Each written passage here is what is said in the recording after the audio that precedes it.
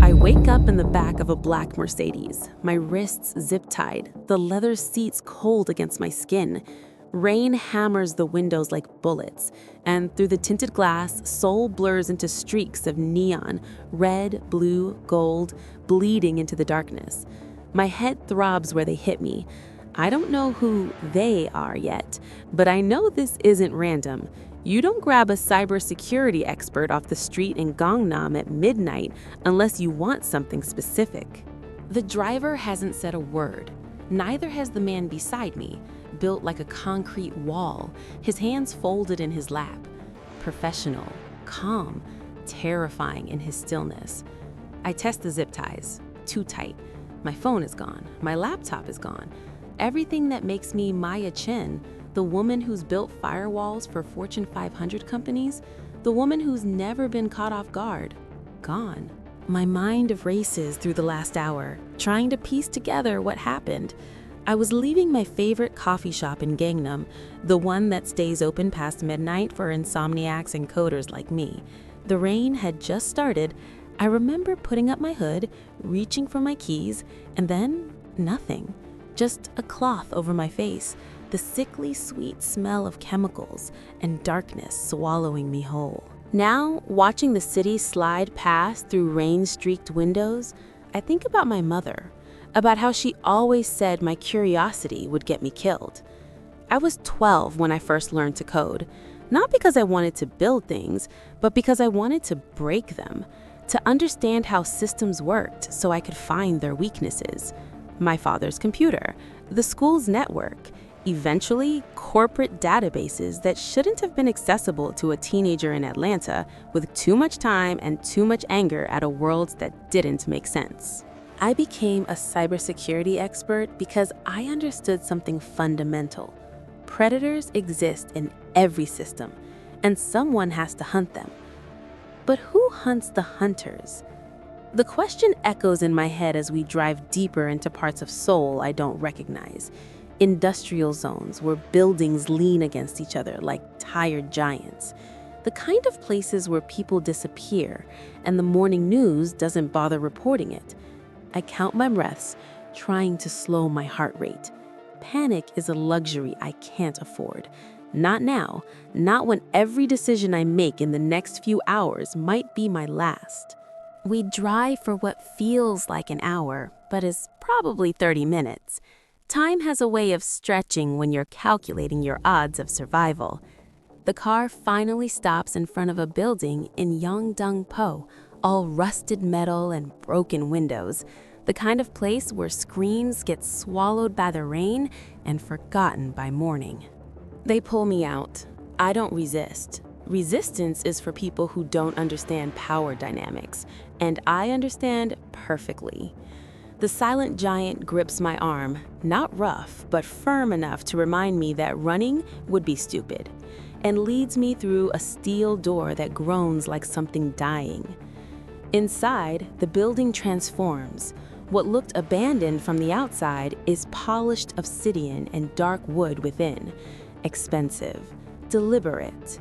The kind of place where important people make decisions that ruin lives. We walk down a corridor lit by recessed lights, our footsteps echoing. My heart is a drum in my chest, but I keep my face blank. Show fear and you're already beaten. That's lesson 1 in survival.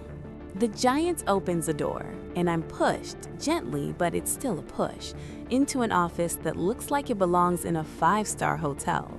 Floor-to-ceiling windows overlook the Han River, the rain turning the city into an impressionist painting of light and shadow. Behind a massive desk sits a man in his 50s, silver hair slicked back, wearing a suit that probably costs more than 6 months of my rent. He's reading something on a tablet, doesn't look up when I enter. This is the chairman. I've heard whispers about him in the darker corners of the internet, the encrypted forums where people like me trade information we shouldn't have. Leader of the Kangpae, the Korean Mafia. A man who moves billions in the shadows, who owns politicians like trading cards, who makes people disappear with a phone call. He finally looks at me. His eyes are dark, empty of everything except calculation. "Ms. Chen," he says, his English perfect, accent barely there. Sit. I sit. The chair is leather, comfortable. Somehow that makes this worse. I apologize for the dramatic introduction, he continues, setting down the tablet. But I needed to ensure you understood the seriousness of this conversation.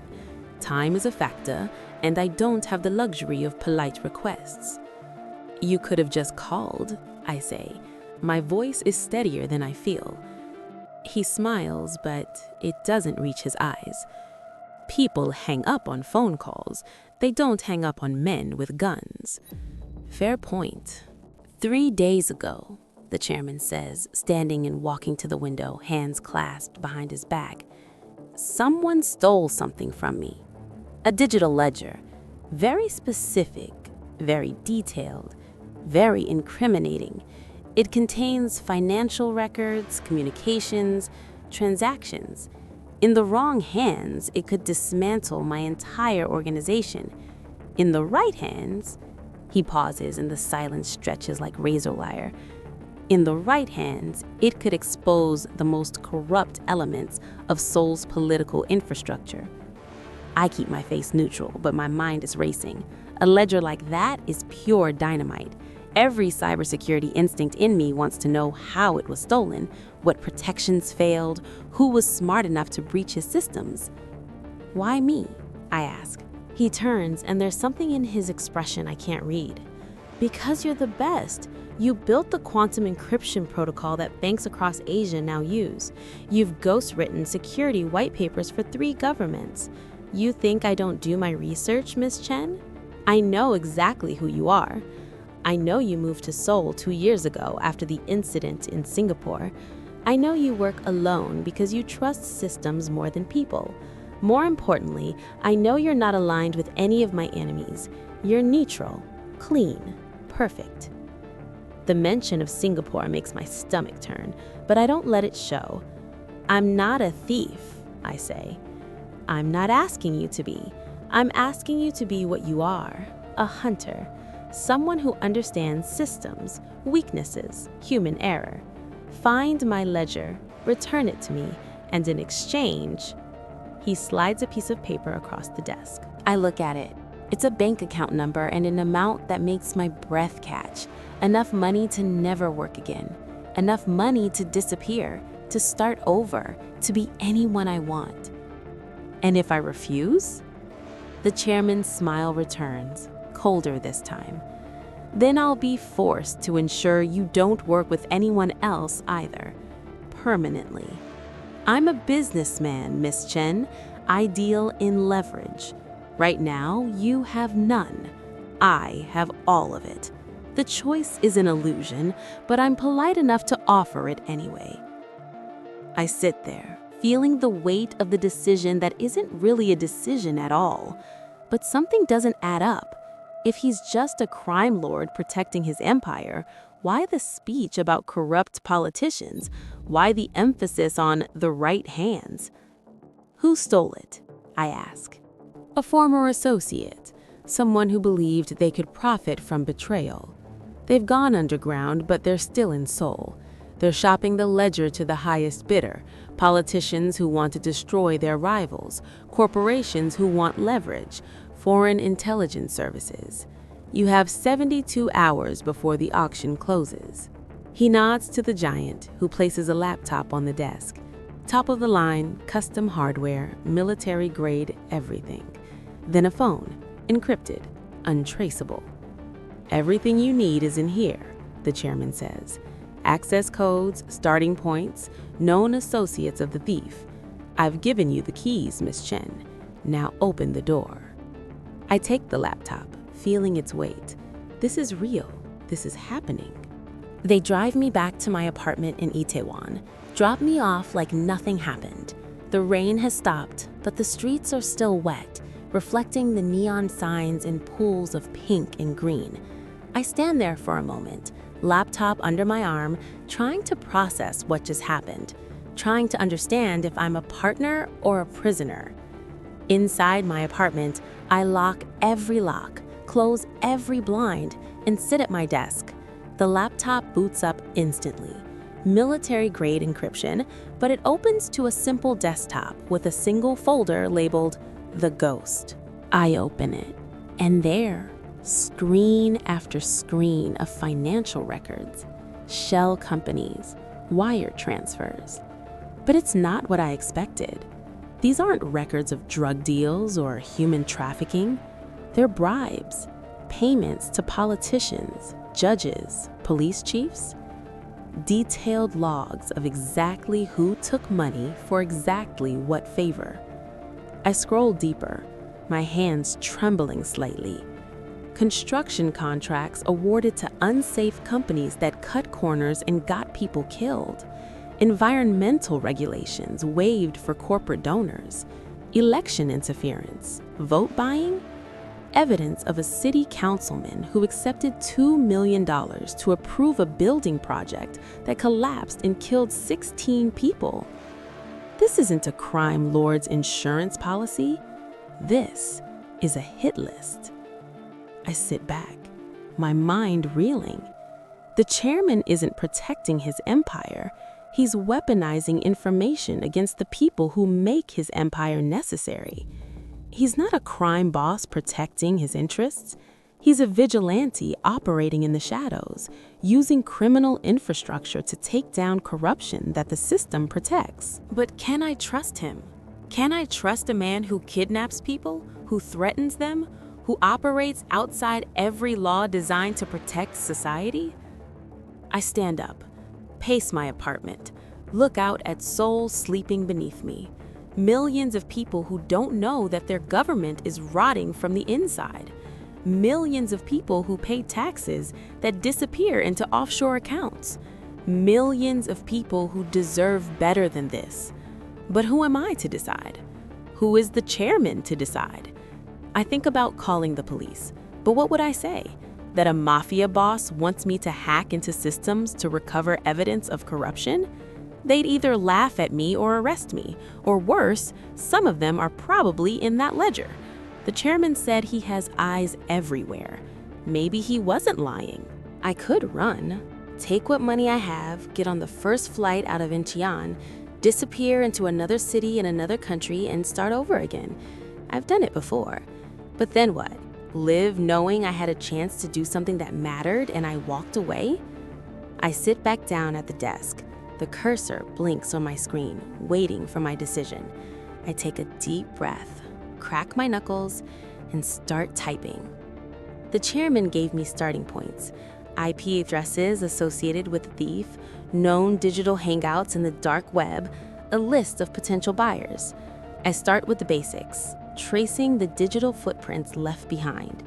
Every hacker, no matter how good, leaves traces. It's impossible not to. The question is whether you're good enough to find them. I create a virtual machine, route my connection through 7 different countries, and dive into the dark web, the forums where stolen data gets traded like baseball cards. I search for whispers, rumors, anyone selling a ledger or political insurance or soul secrets. Nothing direct, people aren't that stupid, but there are patterns if you know how to look. 3 hours in, my eyes burning from staring at screens, I find something. A user called Ghost_Protocol has been unusually active in a private forum, dropping hints about a career-ending document they're sitting on. Could be nothing. Could be everything. I dig into Ghost_Protocol's history. They're careful, routing through Tor, using cryptocurrency, never staying online for more than 20 minutes at a time. But careful isn't perfect. I find a pattern in their posting times, always between 2 and 4 a.m. Seoul time.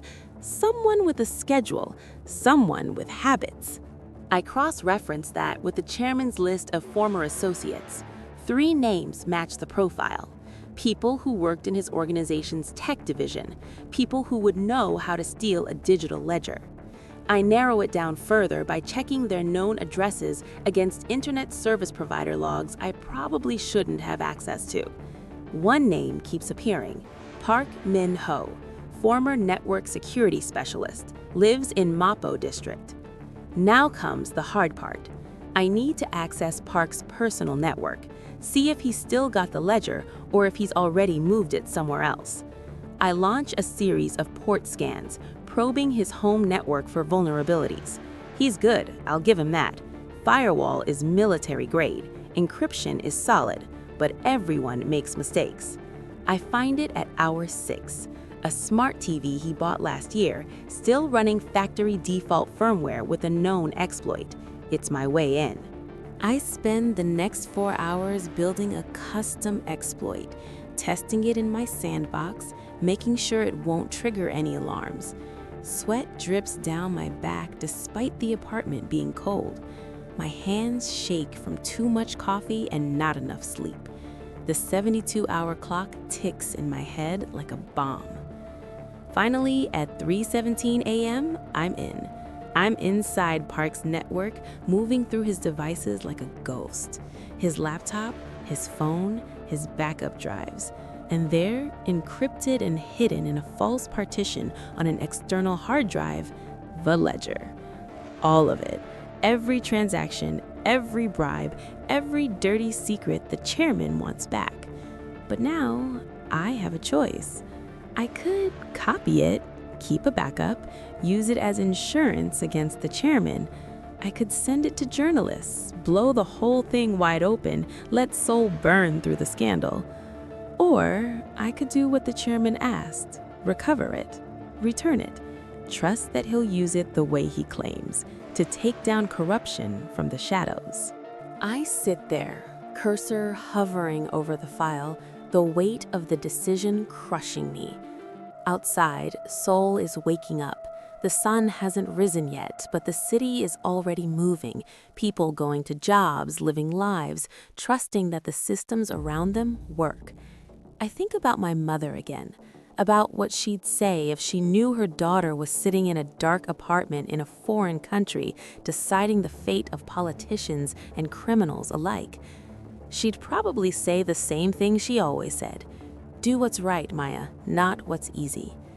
I download the ledger to an encrypted drive, all of it, every byte. Then I delete Park's copy, wipe his drives, erase every trace that had ever existed on his network. He'll wake up tomorrow and find nothing. He'll panic, and the chairman will find him long before any buyer does. I send a message through the encrypted phone. Package recovered, delivery instructions. The response comes 30 seconds later. An address in Gangnam. Not the warehouse, somewhere public. Smart. I shower, change clothes, try to look like I haven't just spent 20 hours breaking through firewalls and making decisions that could get me killed. I put the encrypted drive in my pocket and head out into the morning. Seoul looks different now. Every building could hide secrets. Every person could be one of the chairman's eyes. Every politician on the news could be in that ledger, their corruption detailed in spreadsheets and wire transfers. I meet the chairman in a cafe, of all places. Expensive, quiet, the kind where businessmen make deals over espresso. He's sitting by the window, reading a newspaper, looking like any other wealthy executive starting his day. I sit down, slide the drive across the table. It's all there, I say. Park Min-ho had it. He won't anymore. The chairman picks up the drive, examines it, then pockets it without checking. He trusts it, or he trusts that I'm too smart to double-cross him. You exceeded my expectations, Miss Chen, he says. The money will be in your account by noon. I should leave, take the money and forget this ever happened. But I can't. What are you going to do with it? I ask. He looks at me for a long moment. Then he smiles, and this time it almost reaches his eyes. I'm going to burn it all down, he says quietly. Every corrupt official, every bought judge, every politician who sold this city for personal profit, one by one, carefully, until the people who are supposed to protect this city actually do their jobs. And what happens to you? I'll disappear, he says, when the work is done. But until then, he slides a business card across the table. No name, just a phone number. I could use a ghost in the machine, someone who hunts in digital shadows while I operate in physical ones, someone who decides when justice requires more than what the law can provide. I look at the card, at the chairman, at Seoul waking up outside the window. I'll think about it, I say, but we both know I've already decided. I walk out of the cafe into the morning light, the card burning in my pocket like a promise, like a threat, like the beginning of something I can't take back. This is who I am now. This is who I've always been. I just didn't know it until a man with empty eyes and a ledger full of sins gave me permission to stop pretending. The hunt has only just begun.